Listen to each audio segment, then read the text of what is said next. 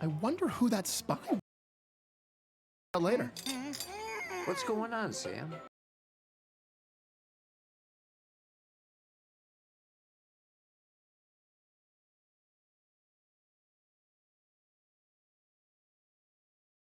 Oh.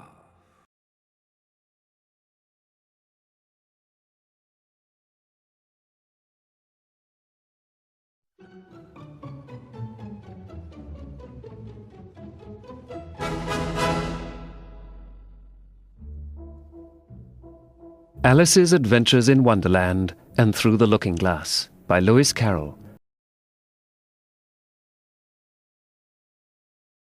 Chapter 1. Down the Rabbit Hole. Alice was beginning to get very tired of sitting by her sister on the bank and of having nothing to do. Once or twice she had peeped into the book her sister was reading, but it had no pictures or conversations in it. And what is the use of the book, thought Alice, without pictures or conversations? So she was considering in her own mind, as well as she could, for the hot day made her feel very sleepy and stupid, whether the pleasure of making a daisy chain would be worth the trouble of getting up and picking the daisies, when suddenly a white rabbit with pink eyes ran close by her. There was nothing so very remarkable in that, nor did Alice think it so very much out of the way to hear the rabbit say to itself, oh dear, I shall be too late." When she thought it over afterwards, it occurred to her that she ought to have wondered at this, but at the time it all seemed quite natural. But when the rabbit actually took a watch out of its waistcoat pocket and looked at it and then hurried on, Alice started to her feet, for it flashed across her mind that she had never before seen a rabbit with either a waistcoat pocket or a watch to take out of it.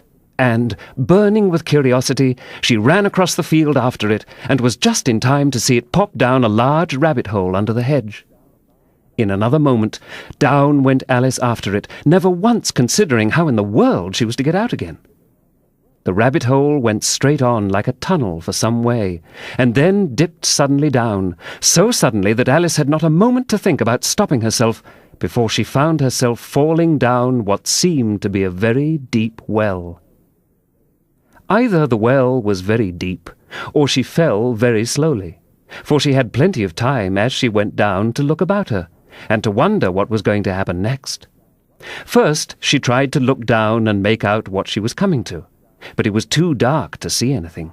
Then she looked at the sides of the well, and noticed that they were filled with cupboards and bookshelves. Here and there she saw maps and pictures hung upon pegs. She took down a jar from one of the shelves as she passed.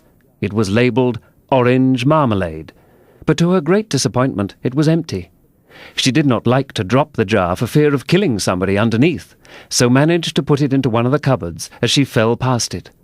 Well, thought Alice to herself, after such a fall as this, I shall think nothing of tumbling downstairs. How brave they all think me at home. Why I wouldn't say anything about it, even if I fell off the top of the house. Which was very likely true. Down, down, down.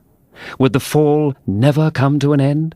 I wonder how many miles I've fallen by this time, she said aloud. I must be getting somewhere near the center of the earth. Let me see. That would be 4,000 miles down, I think.